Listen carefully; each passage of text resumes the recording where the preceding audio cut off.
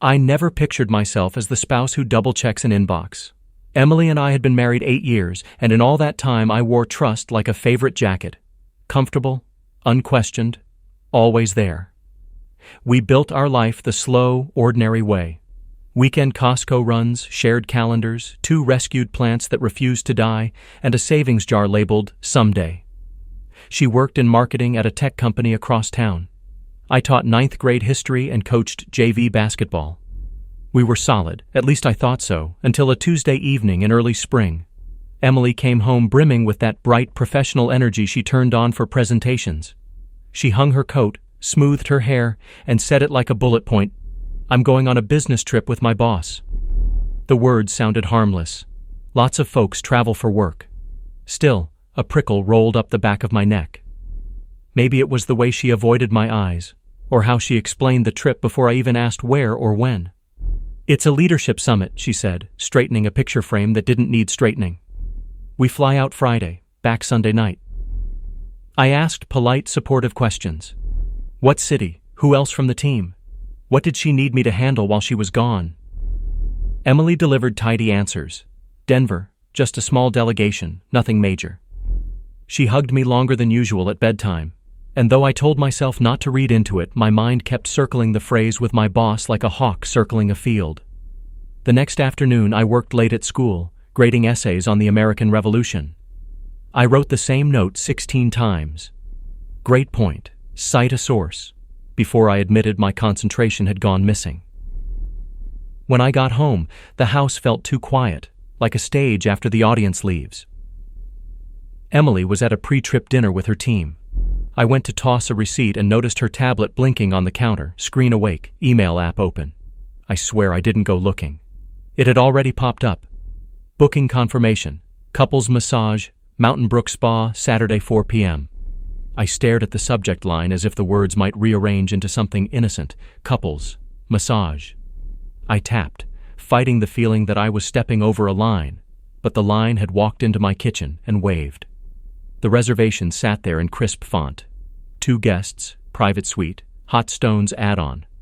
The contact phone number matched Emily's. The email from the spa listed Mr. and Mrs., followed by the boss's last name. My breath went sharp and cold. You know the voice that talks you down from cliffs? Mine cleared its throat and tried to sound calm. Maybe it's a team perk, I thought. Maybe they booked for the boss and his spouse and added Emily somehow by mistake. Maybe. I scrolled. There was a note. Looking forward to relaxing together before dinner. E. She'd signed with her initial, the way she did when she wrote sticky notes for me on the fridge. The floor didn't actually tilt under my feet, but it felt like it did. I didn't trust my voice, so I texted. Work hard, I wrote, punctuating it with a thumbs up. The words tasted like a dry cracker going down. She responded 20 seconds later. Always do. I set the phone face down, then face down again, as if extra gravity could keep it from vibrating. I made coffee I didn't need, and sat with that confirmation open, letting my thoughts slow until they lined up. Anger would have been easy.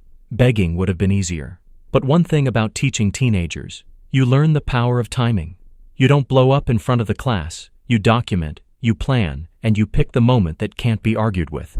So I took a breath and did the most boring, careful thing I could think of. I clipped the email, saved the PDF, forwarded it to my private account, and then to a second backup I used for fantasy football. Then I opened a blank note and started a timeline. The first mention of the trip, the pre-trip dinner, the confirmation, the dates. Each line felt like a brick going into a foundation. I didn't want a shouting match. I wanted clarity, and I'll admit it, I wanted the kind of calm, cinematic payback you only get once in a lifetime. So I scrolled back to the spa email and found another contact. The special instructions section listed the boss's emergency phone, followed by a household line. I copied the number, stared at it, and realized I recognized the area code. He lived in the same suburb as one of my assistant coaches. People like that have neighbors. People like that also have spouses. I searched the company directory for the boss's profile, the polished headshot sitting under a cheerful bio about mentorship and community service. It listed his spouse's name, Valerie. There was a public LinkedIn for her, a cheerful family picture, a dog sporting a bandana, and a bakery fundraiser post. She looked kind, the sort of person who brings extra napkins to a picnic. It's possible I should have stopped there. Instead, I wrote her a polite, neutral email from my personal account. I attached the spa confirmation and included one sentence. "This may concern you. Just thought you should know." I sat with that for 2 seconds, deleted it, and replaced it with something even calmer. "Hi, Valerie. Apologies for the interruption. I came across this booking tied to my wife's email for the Denver trip this weekend. I wasn't sure if it was a misunderstanding intended for you, so I'm forwarding in case you need to correct something. Wishing you a happy anniversary if you're celebrating one. Mark." Was it passive-aggressive? Absolutely. Was it polite enough to read like a mistake? Also, absolutely. I clicked send, set my phone down, and let the quiet press in. The call came 8 minutes later. Unknown number. I answered, ready to hear hold music or a spammer selling roof repairs. Instead, I heard a controlled, shaky voice say, "Is this Mark?" I said yes. "This is Valerie." The way she said her own name told me she had stood in the kitchen, looked at the same kind of blinking screen, and felt the same floor tilt. "I'm so sorry," I said, because it was the only truthful phrase I had. "I wasn't sure." "No, you did the right thing." Her voice thinned like a string pulled too tight. I hoped. Thank you." She inhaled and exhaled, steadying herself. "Is Emily home?" "She's out at a team dinner," I said. "Trip leaves Friday." Silence, then a soft, disbelieving laugh. "Of course it does." Her tone shifted from stunned to practical, and in that pivot I heard the same teacher energy I lived on. "Could you forward the message again to this address?" She gave me a private email. I obliged. I heard the ping on her end. Paper rustled. Then, sharp, real, not for effect, came the scream. It wasn't loud, not movie loud. More like a human sound that escapes when a puzzle locks into the ugliest picture possible. The phone muffled as if she'd set it down and stepped into another room. I waited, holding the line like a lifeline. When she came back, she apologized to me, which broke my heart in an odd, unexpected way. "I'm sorry you had to find out this way," she said. "I'm sorry we both did." "You don't owe me an apology," I told her. "We didn't do this." We spoke in short, practical sentences, because that's what people do when emotions are trying to hijack the wheel. She asked for any other details. I described the booking, the initials, the time. She asked if I'd be willing to send a screenshot with the header info intact. I said yes, and sent it while we stayed on the line, two strangers tied together by something neither asked for. "What do you want to do?" she asked finally. "Right now," I said. "I want to act like nothing's wrong until they're wheels up. After that, I want the truth to do the talking." She exhaled, and I could almost see her nodding. "I have a friend in HR at their company," she said, voice steadier. "She knows me. She won't ignore something." "Documented. If you're comfortable, we could send a joint email after they check in. No accusations, just facts." The word facts made my shoulders drop an inch. "I'm comfortable," I said. "And if I'm honest, I'm grateful you're not yelling at me." "I did my yelling at the air," she replied, a thread of humor sneaking in. "I'm saving the rest for the right audience." We agreed to reconnect Friday afternoon. She'd confirmed the hotel from a travel itinerary she found in a shared calendar. I'd monitor Emily's messages only for logistics, no snooping beyond what had landed in my lap. We ended the call with careful goodbyes, like people finishing a difficult but necessary task. That night, Emily came home glowing, cheeks warm from a glass of wine, or maybe the thrill of pulling off a plan. She kissed me on the forehead, asked about my day, and packed while humming an upbeat playlist. I watched, memorizing her movements the way you memorize a house you know you might have to leave. Before bed, she said, "You okay?" I answered truthfully, "Not sure." She brushed it off with a quick smile and said, "Travel nerves were contagious." Friday arrived with a clear sky that felt rude. I carried her suitcase to the car, hugged her like a person hugging a ghost, and told her to text when she landed. She promised she would, and I said the line I'd rehearsed, "Work hard." She didn't notice the echo. She waved, backed out of the driveway, and disappeared around the maple at the corner. I went inside, poured coffee I didn't need, and opened my laptop. Valerie had sent the hotel confirmation. It matched the spa's location. She'd also included a simple, unassuming message drafted to HR, a timeline, attached images, and a joint note from two spouses seeking clarity. We agreed to send it once we got a notification they'd checked in. Until then, I cleaned the house, graded a few essays, and waited for a buzz that would move the plan forward. Around noon, my phone chimed. "Landed," Emily texted, followed by a tiny airplane and a mountain. "Busy schedule. Dinner with leadership. Don't stay up." I replied with a heart, then forwarded the message, headers and all, to my private folder. The afternoon crawled. At 3:30, another ping. "At hotel. Heading to meetings." I called Valerie. "Got the same," she said, her voice composed and purposeful, the kind that makes people follow instructions. "Ready?" "Ready." We pressed send. The truth left our screens and flew into inboxes where policies live. I leaned back in my chair, heart thudding like a quiet drum, and watched the sunlight slide along the living room floor. 5 minutes later, my phone rang again. This time it wasn't Valerie, it was Emily. Her voice came tight, low, and, if you've ever heard a kettle whisper just before it screams, exactly like that. "Did you do something?" she asked. I looked at the ceiling, at the framed map of national parks we planned to visit, at the jar labeled "Someday." I let 3 beats pass and kept my tone even. "I wished your boss's wife a happy anniversary," I said. "Anything else you want to tell me?" The silence that followed my words stretched until I wondered if the line had gone dead. Then Emily's voice came back, shaking but sharp. "What did you say to her?" she demanded. "Nothing untrue," I replied. "Just forwarded something that looked like it might have been sent to the wrong person. I was being polite." She exhaled hard, that breathless sound halfway between panic and disbelief. "You had no right to. Mark, you've embarrassed me. You've embarrassed the entire team." "The entire team didn't book a couples massage under your name," I said quietly. Her breathing hitched. For a second she didn't speak. Then, "It wasn't like that." I didn't answer. I'd learned long ago that silence does more damage than shouting ever could. When she realized I wasn't rushing to fill the quiet, her tone softened, turned pleading. "You don't understand. This was part of the conference package. It was a mistake. A mistake that signed with your initial and his last name?" The line filled with static. Then she muttered, "I can't do this right now," and hung up. I sat for a long time staring at my reflection in the black screen. My hands were steady, which surprised me. Maybe because deep down, the worst part wasn't even the betrayal. It was the confirmation that all the tiny doubts I'd ignored were real. Minutes later, my phone buzzed again, but not from her. It was Valerie. "She called him," she said flatly. I heard yelling through the speaker before he realized I was on the line. "What happened?" She denied it, of course.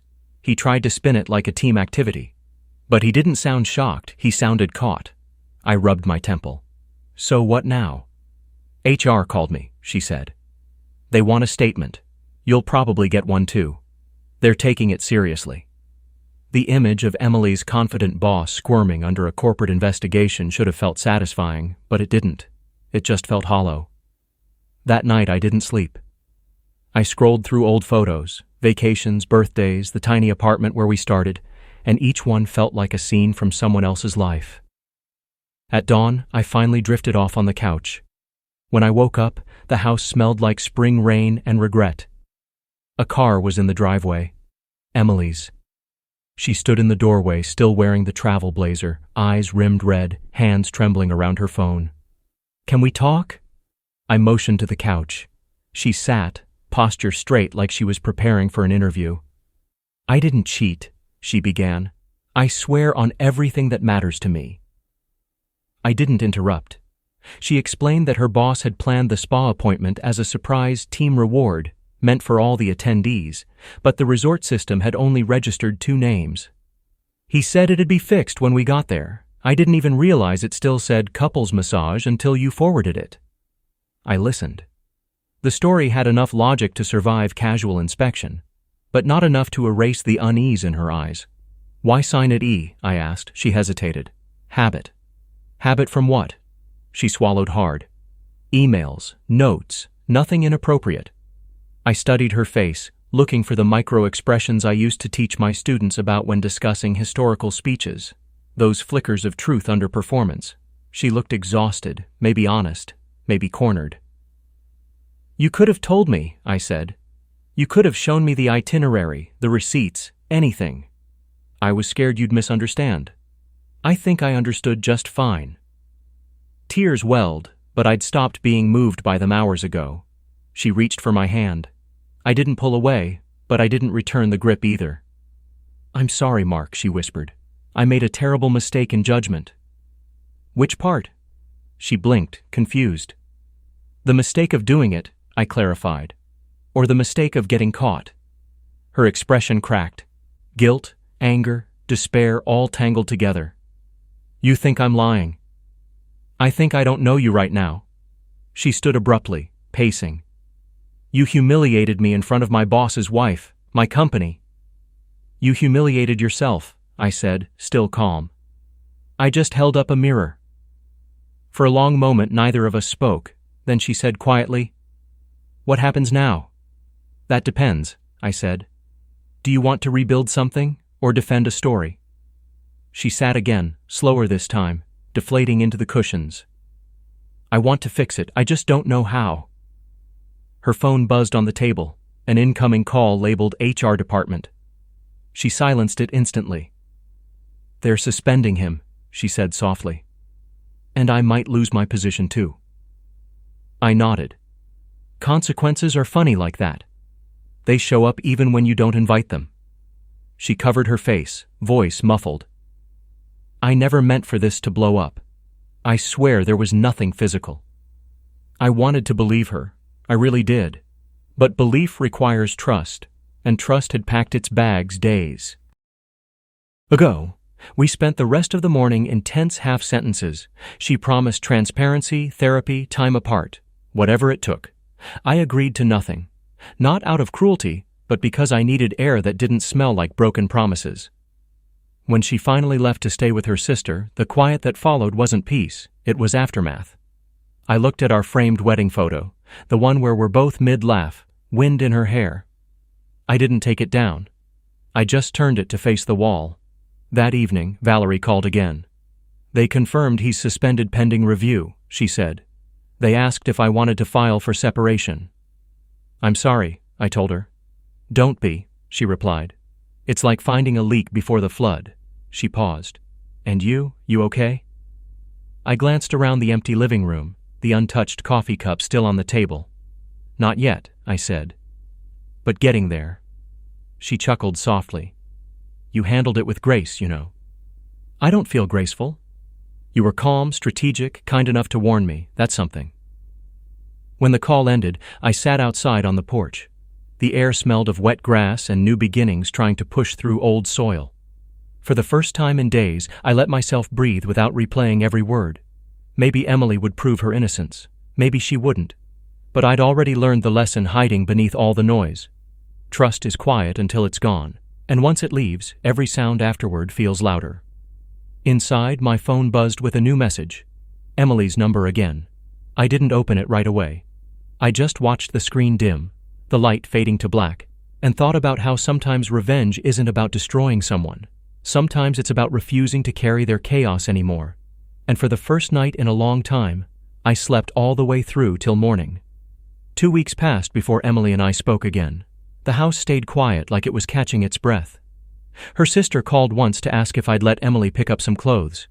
I said yes, left a neat stack by the door, and went for a long walk while she came by. When I returned, the clothes were gone, and so was the photo I'd turned to the wall. Work helped. Teenagers don't care about your heartbreak. They still need essays graded and advice about prom. Keeping busy saved me from thinking too much.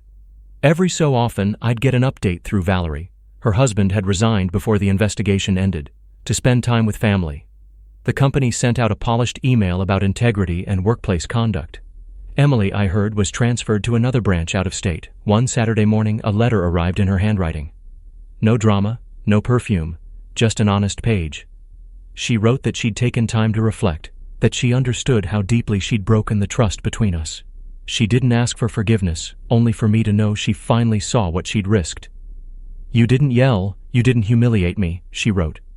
"You held up the truth and let me see myself in it. That's a kind of mercy I didn't deserve."